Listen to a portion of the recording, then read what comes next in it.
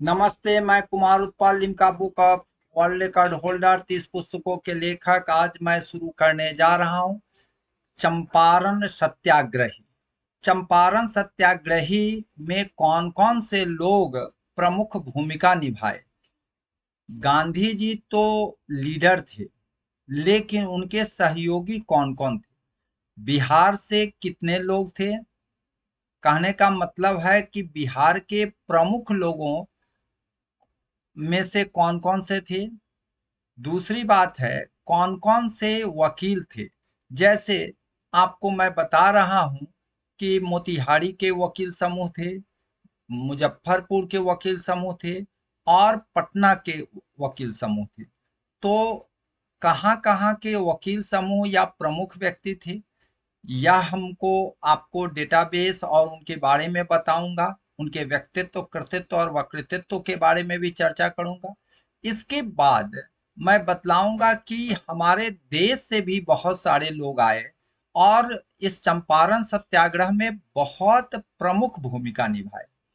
इसके अलावे कुछ विदेश से भी लोग आए जो गांधी जी की यह जो सत्याग्रह की जो प्रथम भूमिका थी भारत में विशेष करके, तो उसके लिए भी कुछ विदेशी लोग भी आए थे। और वह कौन लोग थे, उनका उनका क्या परिचय है, उनके व्यक्तित्व और कृतित्व और वक्तृत्व के बारे में भी हमको चर्चा करना है। क्योंकि आजकल जो प्रश्न पूछे जाते हैं वह प्रश्न साधारण प्रश्न नहीं रहता है। बीपीएससी में और बिहार से संबंधित जितनी भी परीक्षा हुई, अभी हाल में शिक्षक की परीक्षाओं में भी कई प्रश्न बहुत अहम पूछे गए हैं और कई प्रश्न पूछे गए हैं और काफी डेप्थ में पूछे गए।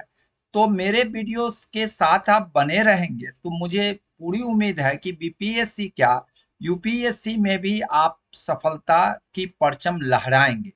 क्योंकि किसी भी पीसीएस में अगर अगर आधुनिक भारत पढ़ते हैं उसमें गांधी युग ही महत्वपूर्ण है।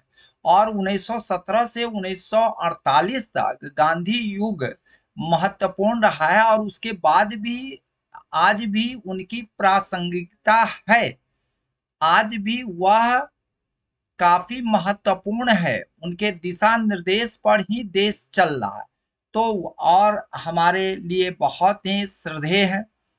तो इसकी चर्चा आज विशेष रूप से होगी और काफी शोध परक होगी, जिसमें आप सभी काफी लाभान्वित होंगे।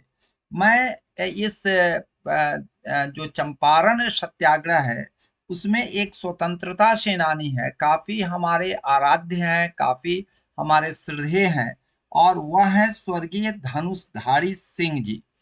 उनका जो है आशीर्वचन के परिणाम स्वरूप यह वीडियो सफलतम होने जा रहा है। मैं आपको बता रहा हूं। और शिक्षा एवं समाज के जो संरक्षक हैं, सुभाष जी हैं, दीपलाल कुशवाहा जी हैं, क्योंकि ये चंपारण के लोग हैं, उन लोगों का सहयोग भी काफी मिल रहा है, शुभकामना मिल रहा है, जिसके चलते बनाने के लिए प्रेरित हो रहा है। चलिए मैं आपको बता रहा हूं, इसका अंग्रेजी में कह सकते हैं एसोसिएटर कोलेबोरेटर ऑफ चंपारण मूवमेंट। मैं आपको सबसे पहला यह कहना चाह रहा हूं कि चंपारण सत्याग्रही के सहयोगी जो हैं उसमें आपको ऐतिहासिक संघर्ष में यह एक काफी ऐतिहासिक संघर्ष है।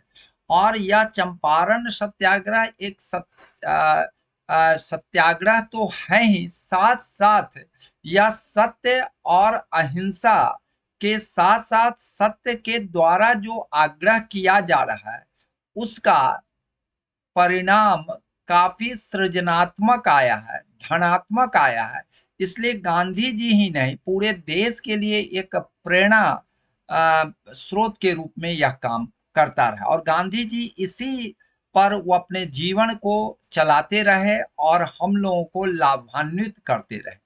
मैं यह कहना चाह रहा हूं कि इस ऐतिहासिक संघर्ष में राजकुमार शुक्ल, लोमराज सिंह, पीर मोहम्मद मुनीश, अनुग्रह नारायण सिंह, संत राउत, शीतल राय, शेख गुलाब, हरवंश सहाय, रामदयाल प्रसाद साहू, अवधेश प्रसाद, जनकधारी प्रसाद, शंभु शरण वर्मा, जगन्नाथ प्रसाद वगैरह थे।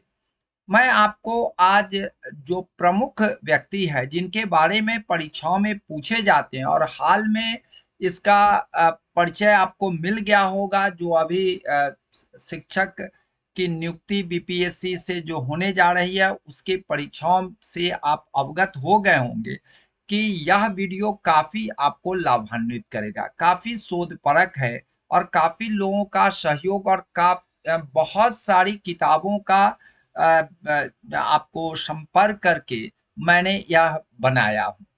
मैं आपको बता रहा हूँ कि इसमें आपको पहले भी मैंने वीडियो बनाया है, जो संत भगत जो मुरली भराड़वा विलेज के हैं उनकी मूर्ति है, और यह जो है संत राउत जिनको कहते हैं, तो इनके बारे में अलग से भी हमने वीडियो बनाया है। दूसरी बात है, यहाँ पर लोमराज सिंह जो हैं, जो सुराज सिंह और स्वराज सिंह के नाम से प्रसिद्ध थे, इनके बारे में भी मैं अलग से वीडियो बनाया है। तो इस तरह से मैं कई लोगों को जो मुख्य रूप से चंपारण के थे और इनकी अहम भूमिका थी, उस पर अलग अलग हम बना रहे हैं। पीर मोहम्मद मुनीस साहब हैं, उन पर भी हमने बनाया है। तो इस तरह से आप सभी इनके बारे में आप देखेंगे, समझेंगे, और जहां कहीं भी आप सबको दिक्कत हो तो आप मेल करेंगे, हमसे कांटेक्ट करेंगे, क्योंकि फ़ोन नंबर, मेल, सभी वेबसाइट, सभी चीज़ दिया हुआ है, आप संपर्क कर सकते हैं। मैं आपको यह बताना चाह रहा हूँ कि यहाँ पर जो यह 4 व्यक्ति हैं, इस 4 व्यक्ति में सबसे पहला तो यहाँ पर राजेंद्र बाबू हैं, डॉक्टर राजेंद्र प्रसाद जी हैं। इसके बाद अनुग्रह बाबू हैं, अनुग्रह नारायण सिन्हा जी हैं। इसके बाद रामनवमी प्रसाद जी हैं और शंभु शरण वर्मा है। ये चारों व्यक्ति का चित्र है। और इसके अलावे मैं आपको बता देना चाह रहा हूँ, विदेश के चंपारण सत्याग्रही भी रहे, जिसमें आपको हेनरी सोलोमन लियोन पोलाक है। पोलाक जो हैं यहाँ पर आप देख रहे हैं, या पोलाक साहब है यहाँ पर बैठे हुए हैं। बगल में गांधी जी हैं, और यहाँ पर आपको बगल में आपका सोजा स्लेमीन है, यहाँ पर है। तो यह जो है अफ्रीका का यह चित्र है जिसमें पोलाक साहब हैं, और पोलाक साहब अफ्रीका से ही गांधी जी के समर्थन में रहे, और यहाँ भी इनके कार्यक्रम में काफी जुड़े रहे और संघर्ष किए गांधी जी के साथ। हम सफर के रूप में, हम कदम के रूप में इन्होंने साथ दिया। मैं थोड़ा सा चर्चा करना चाहता हूं कि यह हेनरी सालोमन लियोन पोलाक जो है, दक्षिण अफ्रीका में ब्रिटिश मूल के वकील थे। ये ब्रिटिश निवासी थे और वहां पर वकील के रूप में कार्य किए, और गांधी जी के साथ काफी इनका अच्छा संबंध रहा और साथ साथ भी रहे। पत्रकार भी थे, कार्यकर्ता भी थे, और इंडियन ओपिनियन जो गांधी जी निकालते थे उसके यह संपादक भी रहे। दूसरी बात, मैं यहाँ पर यह व्यक्ति जो है, इनका सीएफ एंड्रयू साहब है, जिनको गांधी जी और कलकत्ता कॉलेज के जो बच्चे सब हैं और शिक्षार्थी, शोधार्थी और शिक्षक गण हैं, इनको दीन बंधु, जो गरीबों के बंधु हों, उनकी उपाधि दिए थे। ये भी पूछे जाते हैं, इसलिए मैंने चर्चा किया। इंग्लैंड के पादरी थे, शिक्षक भी थे, विद्वान भी थे। नटाल जो है अफ्रीका में है, जहां पर गांधी जी रहते थे, और वहां पर एक नटाल में आश्रम स्थापित किए थे, और वहां से इंडियन ओपिनियन निकालते थे, जिसके आपको संपादक थे हेनरी सालोमन लियोन पोलाक। तो शुरू में यह पत्रिका कैसे निकले, कैसे रजिस्ट्रेशन हो, कहाँ से फंड आएगा और कौन कौन से लेखक रहेंगे, इन सब का निदान इन्होंने किया सीएफ एंड्रयू साहब। और उसके साथ साथ नटाल में आपको आश्रम जो बनवाए थे, वह आश्रम जो था, वह आश्रम के लिए भी इन्होंने पूरी व्यवस्था किया था। तो काफी मदद किए थे इनको, और गांधी जी को वो मोहन कह के पुकारते थे। आपको यह मालूम हो या नहीं हो, मैं बतला रहा हूँ, क्योंकि ये भी प्रश्न पूछे जा सकते हैं, इसलिए मैं आपको बता रहा हूँ। एक दर्जन से अधिक विंशाधिक पुस्तकों के यह लेखक रहे, रचयिता रहे। तो यह ध्यान रखिएगा, C.F. एंड्रयूज साहब का यहाँ चित्र है, आप ध्यान से देखिए। उसके बाद है देश के चंपारण सत्याग्रही। देश से कहाँ-कहाँ से लोग आए थे, जो इनके कदमों से कदम मिला करके एकला चलो वाली बात नहीं थी, यहाँ पर एक समूह का था। यही समूह देख करके तो अंग्रेज घबरा गया। और मैं आपको बता रहा हूँ, नरहरि द्वारका दास जो थे, आपको गुजरात के थे, गांधी जी के काफी नजदीकी रहे और गांधी जी के पीए के रूप में, निजी सचिव के रूप में भी कार्य किए। और वह केवल अकेले नहीं आए, अपनी पत्नी के साथ आए।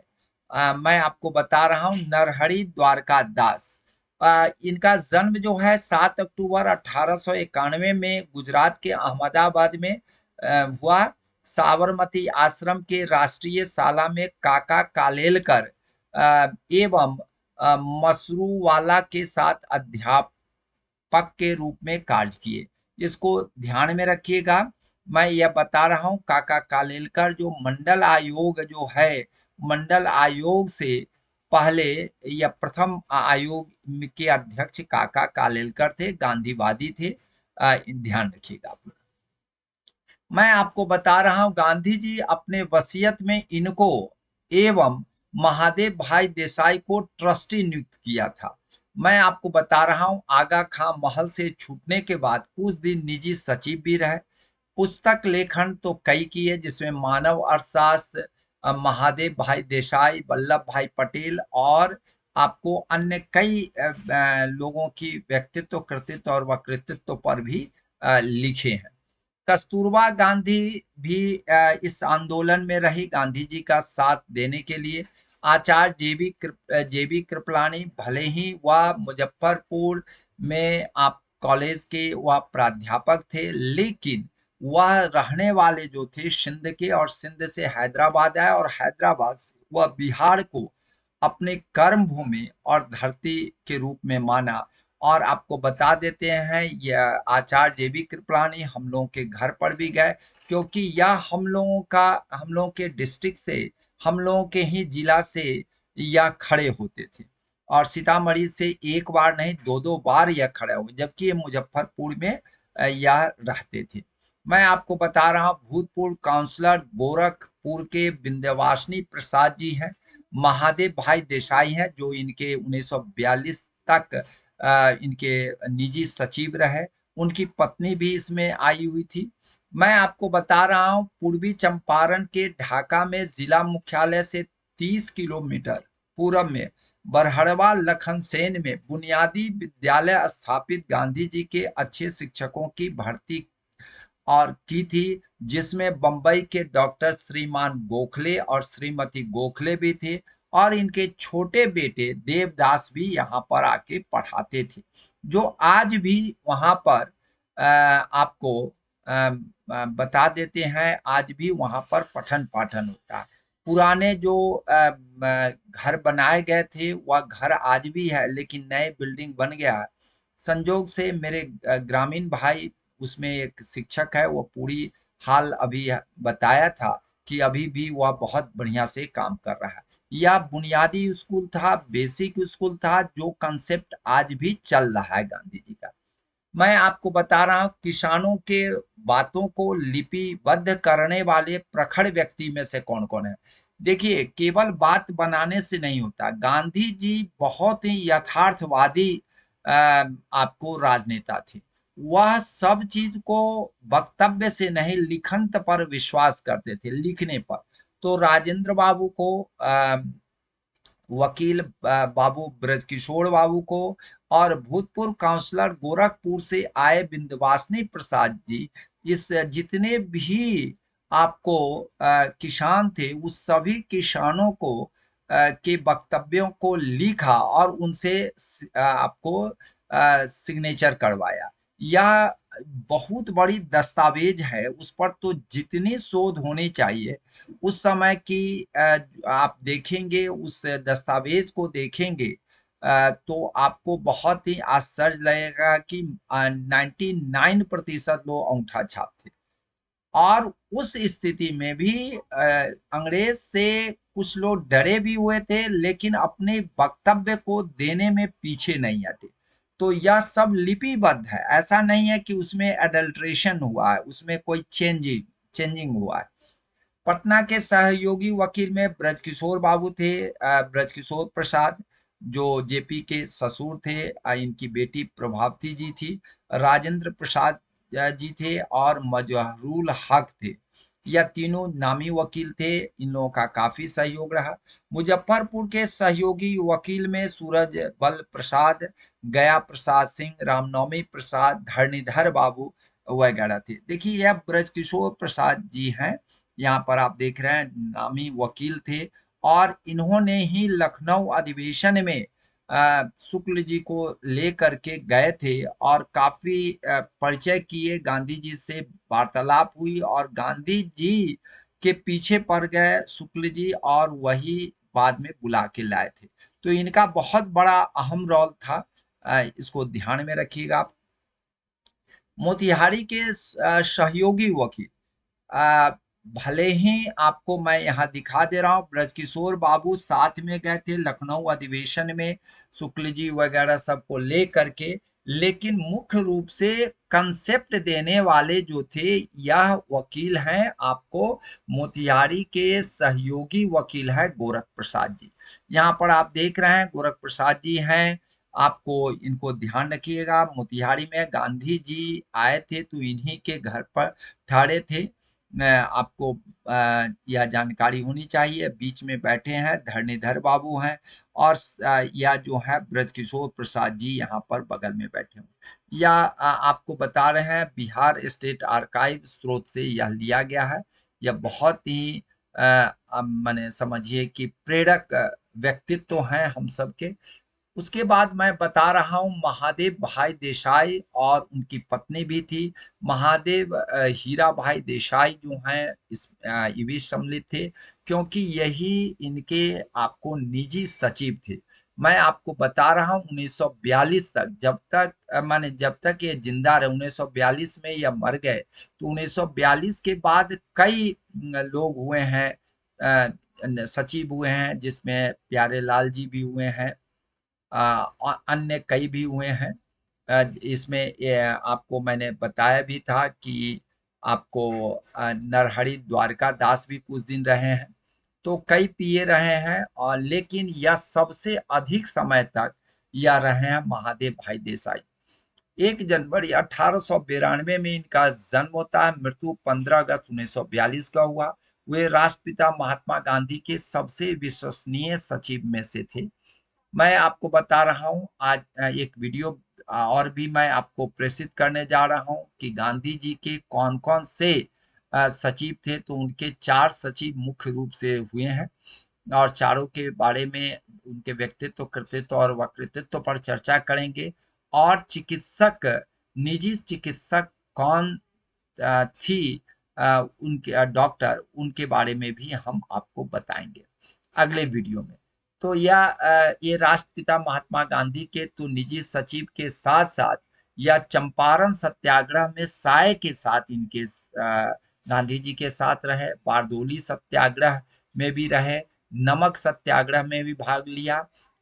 इनका जन्म स्थल जो है सूरत जिले के सरस गांव में थे।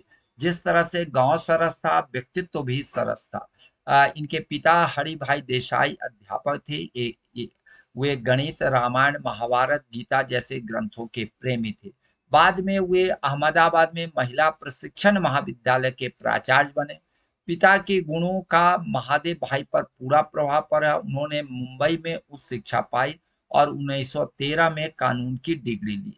मैं आपको बता देता हूं कि ये जो है आपको कुछ दिन वकालत भी किए और वकालत में आपको यह बड़ी खुशी की बात है कि वकालत इन्होंने छोड़ दिया।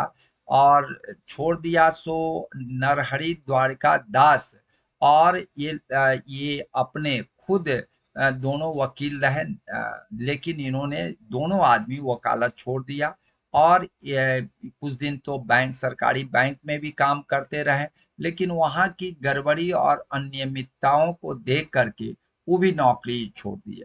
मैं आपको बता रहा हूँ, संपादन में सहयोग करने लगे।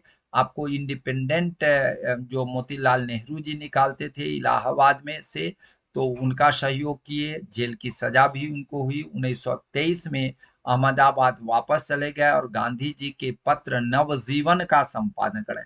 ये सब इंडिपेंडेंट है, नवजीवन है, ये सब पत्रिकाओं के बारे में भी पूछा जाता है, इसलिए थोड़ा ध्यान से आप देखेंगे। भाषा ज्ञान के तो मामले में बहुत ही आगे थे। गुजराती, संस्कृत, बांग्ला, हिंदी, मराठी और अंग्रेजी में काफी इनकी अच्छी पकड़ थी। पुस्तकों की रचना में with Gandhi ji in Ceylon, Ceylon में श्रीलंका जिसको कहते हैं, the story of Bardoli, Bardoli में भी यह थी, swadeshi true and false, unworthy of Wardha, the nation's voice और Gandhi Seva Sangh, Maulana Abdul Kalam Azad, the Gita according to Gandhi ji, Veer Vallabh Bhai, Khudai खिदमतगार। खुदाई खिदमतगार के बारे में आप जानते हैं, इनको हम लोग सीमांत गांधी कहते हैं, इनको ध्यान रखिएगा। अब्दुल गफ्फार खां पूरा नाम है। एक धर्म युद्ध महादेव भाई की डायरी जो 8 खंडों में प्रकाशित हुई, और इस डायरी में उन्होंने गांधी जी की नित्य प्रति क्रियाकलापों का सविस्तार वर्णन किया और इसका प्रकाशन महादेव भाई की मृत्यु के बाद हुआ। काफी अच्छी रोचक कहानी है, संग्रहणीय और पठनीय है। इनका 1924 से 1928 तक भारत यात्रा में वो गांधी जी के साथ थे। 1931 में गोलमेज सम्मेलन में गांधी जी के साथ लंदन गए। मृत्यु 1942 में ही भारत छोड़ो आंदोलन में उन्हें भी गांधी जी के साथ पूना के आगा खां महल में नजरबंद कर दिया गया था, और वहीं पर वह जो है 15 अगस्त 1942 को बंदी की दशा में ही उनका देहांत हो गया। गांधी जी एक दिन क्या हुआ कि उनको पुकार रहे थे तो आवाज नहीं दिए, तो थोड़ा सा उनको लगा कि भाई क्या हुआ, और वह थोड़ा जोर जोर से बोलने लगे। तो कहे कि आज तक ऐसा नहीं हुआ कि एक आवाज पर आ जाते थे, आज क्या बात है। तो देखते हैं तो काफी शॉक्ड हो गए और अश्रुधारा उनके निकलने लगी। आपको बता रहे हैं, यहीं पर दो महान विभूति कस्तूरबा गांधी और महादेव देसाई का यहाँ समाधि स्थल है। दोनों का एक ही जगह है, यही है आगा खां, जहाँ पर कस्तूरबा गांधी भी यहीं डेथ की थी और ये भी यहीं, दोनों का अगल बगल में है। आप यही समझ सकते हैं कि गांधी जी के प्रति उनका जो अगाध श्रद्धा और सम्मान था, और कस्तूरबा के प्रति तो गांधी जी तो जीवित रह गए, लेकिन इनके साथ इनका संबंध आपका बहुत ही अच्छा रहा, और साथ साथ समाधि स्थल भी एक ही जगह है। मैं आपको बता रहा हूं, या स्रोत और विस्तृत अध्ययन हेतु चंपारण, गांधी इन चंपारण डीजी तेंदुलकर साहब का है। यह पब्लिकेशन डिवीजन सरकारी विभाग के द्वारा निकला हुआ है, काफी अच्छी पुस्तक है, मैं आपको पढ़ने के लिए कहूँगा।